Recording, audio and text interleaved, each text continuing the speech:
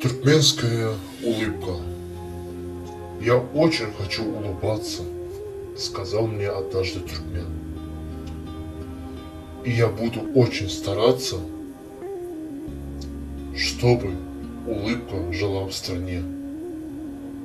Я ее при всех приглашаю, пусть приходит в наш общий дом. Ведь улыбка — это радость, по которой скучаем давно». Мы встречали с улыбкой солнце, говорили с улыбкой «Окей». Мы с улыбкой встречали в прошлом долгожданных и добрых гостей. А теперь нас гости забыли. Да, и пусто на нашем столе. Уж давно не стучатся в двери, лишь собаки шумят на дворе. Да, собаки сейчас очень злые, будто их окутало зло. Ведь для них все на свете чужие,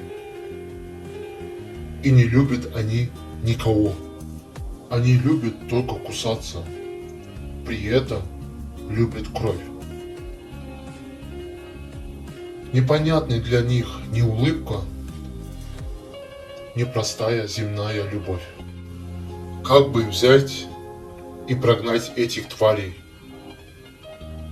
далеко, далеко навсегда?